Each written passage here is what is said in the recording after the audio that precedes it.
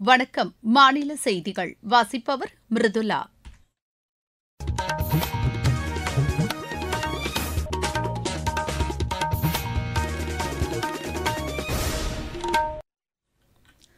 தலைப்புச் செய்திகள்.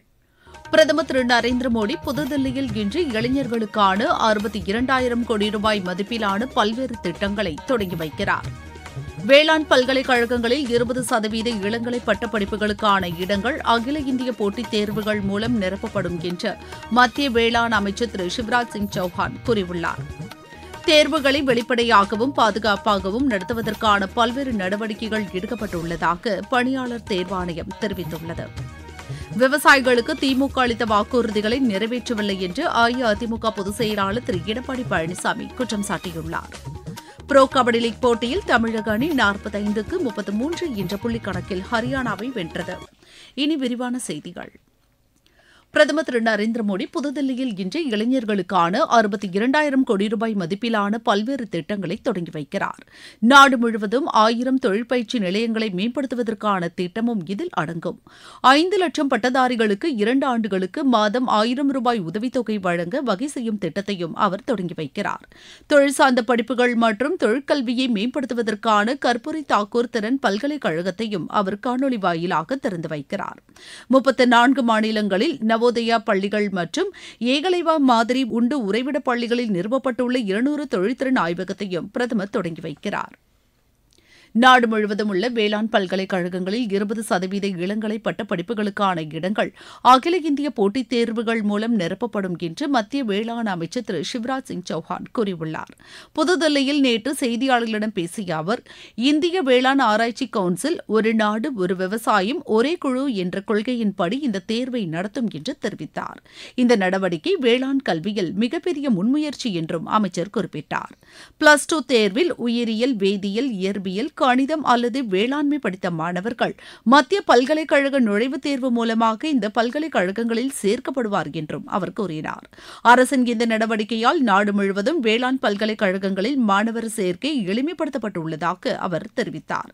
இந்த அறிவிப்பு நடப்பு கல்வியாண்டு முதல் அமலுக்கு வரும் என்றும் திரு சிவராஜ் சிங் சௌஹான் கூறினார். தேர்வுகளை வெளிப்படையாகவும் பாதுகாப்பாகவும் நடத்துவதற்கான பல்வேறு நடவடிக்கைகள் எடுக்கப்பட்டுள்ளதாக பணியாளர் தேர்வாணையம் தெரிவித்துள்ளது. இந்த தேர்வுகளில் பங்கேற்கும் விண்ணப்பதாரர்கள் வினா மற்றும் விடைத்தாள்களை சரிபார்த்துக் கொள்ள முடியும் என்றும் இதனால் நாடு முழுவதும் லட்சக்கணக்கான இளைஞர்கள் பயனடைவார்கள் என்றும் அந்த ஆணையம் கூறியுள்ளது. சரியான பதில்களுக்கு மதிப்பெண் மறுக்கப்பட்டிருந்தால் அது குறித்து ஆதாரத்துடன் கேள்வி எழுப்ப முடியும் என்றும் அந்த ஆணையம் தெரிவித்துள்ளது. விடைத்தாள்களை சரிபார்ப்பதற்கான கட்டணம் குறைக்கப்பட்டுள்ளது தாகவும் ஆதார் அடிப்படையிலான விண்ணப்பம் சரிபார்ப்பு உள்ளிட்டவை ஆணையத்தின் சில முக்கிய சீர்திருத்தங்கள் என்றும் பணியாளர் தேர்வாணையம் கூறியுள்ளது. கடந்த சட்டப்பேரவைத் தேர்தலில் விவசாயிகளுக்கு திமுக அளித்த வாக்குறுதிகளை நிறைவேற்றவில்லை என்று அஇஅதிமுக பொதுச் செயலாளர் திரு எடப்பாடி பழனிசாமி குற்றம் சாட்டியுள்ளார். தருமபுரி மாவட்டம் பென்னாகரத்தில் நேற்று நடைபெற்ற பிரச்சாரத்தில் பேசிய அவர், விவசாயிகளுக்கு ஆன்லைன் மூலமாக பயிர்க்கடன் வழங்கப்படும் என்ற வாக்குறுதியை இன்னும் திமுக அரசு நிறைவேற்றவில்லை என்று கூறினார். மாநிலத்தில் 4,500க்கும் மேற்பட்ட தொடக்க வேளாண்மை கூட்டுறவு வங்கிகள் இருந்தும் ஆன்லைன் வசதி செய்து தரப்படவில்லை என்றும் அவர் தெரிவித்தார். கல்குவாரியில் ஒப்பந்ததாரர்கள் கற்களை வெட்டி எடுக்க கூடுதல் தொகை வசூலிக்கப்படுவதாகவும் திரு எடப்பாடி பழனிசாமி தெரிவித்தார். நீங்கள் கேட்டுக்கொண்டிருப்பது மாநில செய்தி அறிக்கை.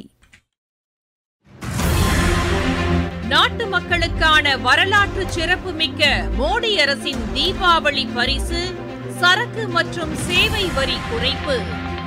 மருத்துவம் மற்றும் ஆயுள் காப்பீட்டிற்கான வரி முழுமையாக ரத்து. 36 உயிர்காக்கும் மருந்துகள் மீதான வரியும் ரத்து. அடுத்த தலைமுறைக்கான இந்த சீர்திருத்த நடவடிக்கைகளில் மாணவர்கள் பயன்படுத்தும் ஸ்டேஷனரி பொருட்களுக்கான வரி ரத்து. வீட்டு உபயோக மின்னணு பொருட்கள் மீதான வரி குறைப்பு. பால் பொருட்கள் மற்றும் பாத்திரங்கள் மீதான வரி 12%-இருந்து 5% குறைப்பு. வேளாண் இயந்திரங்களுக்கான வரியும் 5% குறைப்பு. வளர்ச்சியடைந்த இந்தியாவிற்கான பயணத்தில் மோடி அரசு தொடரும் சீர்திருத்த நடவடிக்கைகள். பண்டிகைகளுக்கான வெளியூர் சென்றவர்கள் சென்னை திரும்புவதற்கு வசதியாக தெற்கு ரயில்வே சிறப்பு ரயில்களை அறிவித்துள்ளது. திருநெல்வேலியிலிருந்து நாளை மாலை மணி 4:50க்கு தாம்பரத்திற்கு சிறப்பு ரயில் இயக்கப்படும் என்று தெற்கு ரயில்வே அறிவித்துள்ளது. அதேபோல் மதுரையிலிருந்து தாம்பரத்திற்கு நாளை இரவு 7 மணிக்கு பண்டிகைக்கான சிறப்பு ரயில் இயக்கப்படுவதாகவும் தெரிவிக்கப்பட்டுள்ளது.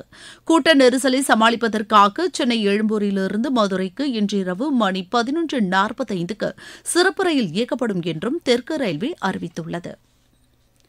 தருமபுரி மாவட்டத்தில் உள்ள அங்கன்வாடி மையங்களில் சுமார் 28,000 குழந்தைகளுக்கு ஊட்டச்சத்துடன் கூடிய முன்பருவ கல்வி வழங்கப்பட்டு வருகிறது.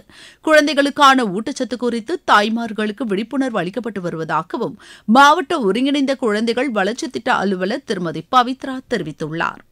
நம்ம தருமபுரி மாவட்டத்தில் ஒருங்கிணைந்த குழந்தை வளர்ச்சி திட்ட பணிகளின் கீழ் குழந்தைகள், கர்ப்பிணி பெண்கள், பாலூட்டும் தாய்மார்கள் பயனடைந்து வருகின்றனர். தற்போது 1336 அங்கன்வாடி மையங்கள் செயல்பட்டு வருகிறது.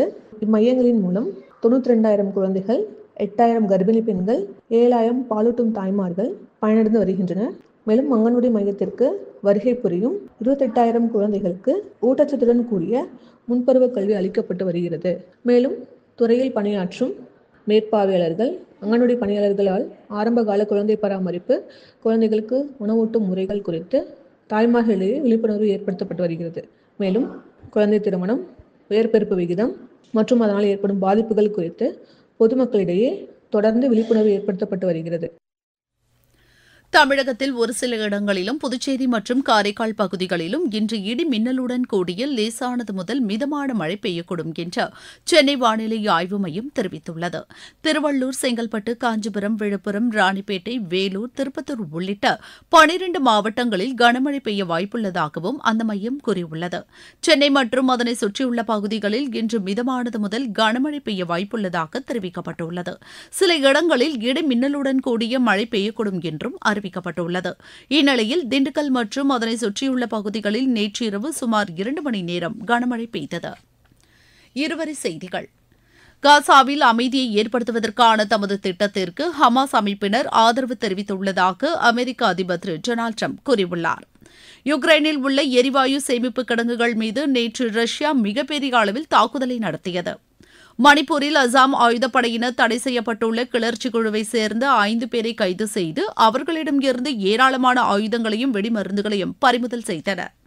பிரபல பாடகர் ஜுபின் கார்க் சிங்கப்பூரில் உயிரிழந்தது தொடர்பாக விசாரிக்க நீதிபதி தலைமையில் ஆணையம் ஒன்றை அசாம் மாநில அரசு அமைத்துள்ளது. தேசிய நெடுஞ்சாலைகளில் QR குறியீட்டுடன் கூடிய தகவல் பலகைகளை நிறுவ தேசிய நெடுஞ்சாலைகள் ஆணையம் திட்டமிட்டுள்ளது.